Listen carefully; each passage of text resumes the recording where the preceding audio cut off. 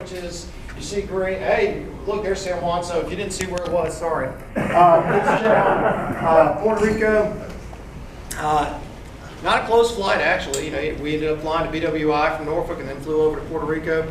Puerto Rico's down there in the Caribbean, part of the. You hear about this time of year on the Weather Channel all the time. You hear Lesser Antilles, Greater Antilles, all those kind of things. Puerto Rico's part of the Greater Antilles, I believe. My wife can do this part of the presentation much better with her Spanish teacher background. But Puerto Rico, and then you have on the other side, Puerto Rico's its own island. Then you go a little bit toward the west, north, then you have Dominican Republic, and on the other side of Dominican Republic you have Haiti, and then you get over toward Cuba. So Puerto Rico's right there in that range before you get to a lot of the lesser islands. So good little trip. Anybody know what language is spoken in Puerto Rico? It's got two official languages. English and Spanish. Very good. What kind of currency do they use in Puerto Rico? No. U.S. dollars. Why do they use U.S. dollars in Puerto Rico? Because it's U.S. territory. Yes, this Puerto Rico is, the citizens of Puerto Rico are American citizens. Yes, they are. So every single citizen, every single person on the island of Puerto Rico is an American citizen. Now, interestingly enough, it's kind of different. They don't pay income taxes on Puerto Rico, in Puerto Rico. They also don't get to vote for president. Now, that's kind of ironic. They get to vote in the primaries, but they don't get to vote in the general election, which is a little bit confusing. So that's just kind of how it works. There's lots of veterans on the island. You go and you talk to folks, and you will find quickly many people who served in the armed forces, whether it's in Vietnam or in Desert Storm or Iraqi Freedom or any of these various different places. Folks have been in Afghanistan. Lots of that. You find that throughout the island. So that's where Puerto Rico is. Where we stayed not in this building. That's the worship center of Iglesia Bautista de Metropolis. We stayed in this lovely building. This lovely van right here is where I got my latest advanced driving tutorial in driving in Puerto Rico. How many of you have been to Puerto Rico? If you haven't been and driven, you need to do that. It's a great tourist kind of, you know, they talk about adventure tourism. Driving in Puerto Rico is adventure tourism. It really is like quite. Driving in New York City. Yeah, it's worse than New York City. Oh yeah, it's a whole different ballgame. Stop signs are suggestions. If you want to, stop. If you don't stop. It's okay. It's fine. We stayed here, and there's this wonderful thing. You see this blue tank on top of the building?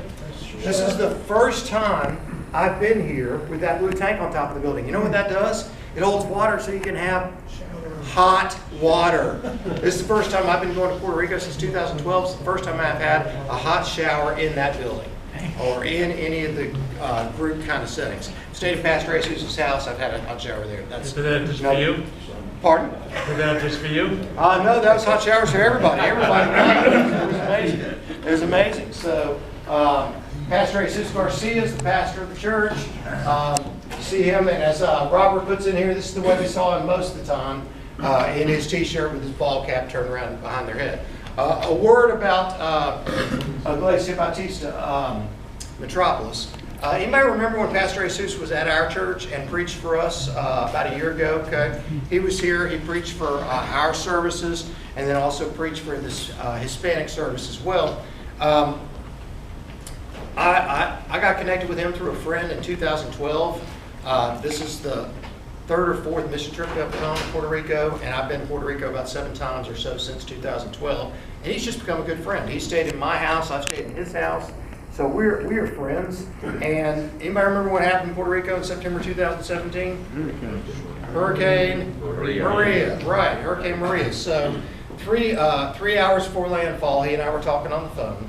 As soon as they got the first cell service, they got back the next day, we were able to talk. And already beginning to think about how the island's going to rebuild. So they've become a foundational piece in all of the matrix of the island rebuilding. They have their church has a $150,000 budget. Let's say this stuff. Our church treasurer's here, so I know he's very interested in these kind of things, right, Rick? They have a $150,000 church budget.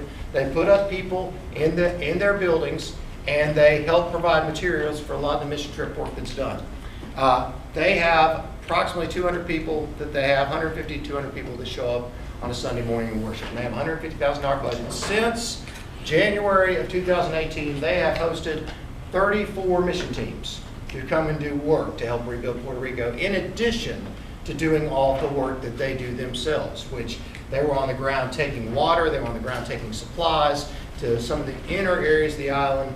It took 350 days to get power back to the whole island. So they were resourcing all through. These are folks that have been doing and serving all the way along.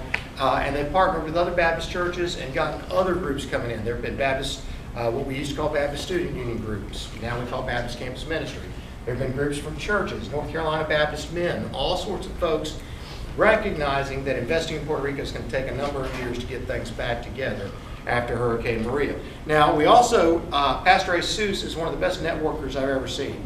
So it's not just his church, he's networked with other churches and other organizations, and we worked with this organization called TPMG, and Kelly and Robert Mann are a couple of our experts on TPMG. So Kelly, you mind sharing a couple of words there? TPMG stands for Tecos para Niente. That means ceilings, strictly ceilings for my people. And the idea is trying to get a roof over the heads of people that got damaged homes during Maria. So Amarillas Gonzalez right here is the coordinator. It's a nonprofit, 501c3. And the first thing, the primary thing she does is to teach people themselves on how to repair their own homes, okay? Because there's so much to do, and who's going to be more invested than their own homeowner? So they've got different layouts, they do workshops, and so they're working with the locals. Beyond that, stepping up and above, she coordinates with other different nonprofits for materials, for work teams to come down. Jesus is an example of that. So he coordinated us with her. She has a huge, like a local community center that's been donated just to this nonprofit because it was abandoned. And so this community center has tools, ladders, and things you can check out, like it was a library, and then you can go out and do good things in the community. In this case, it was Trujillo Alto. And we work really close to where her headquarters is. And she was great, and we've got pictures of the job. We did one chapter of the job, a huge chapter. And we've been in touch until the completion of the house that we were working on. And so she does good work. She also helps head up the Puerto Ricans that are down there. They call it the brigade. And you'll see pictures of her later on, or even these guys here, the Lime Green Community Lime Green Church. They go out and they'll work most weekends, at least a day a weekend, on somebody else's house just because it's their community service. And she helps coordinate that so that they can have synergy and make a better effort and be more productive. So that's TPMG. Those two guys were teaching. Yeah, David and that working Saturdays. Right, right. And so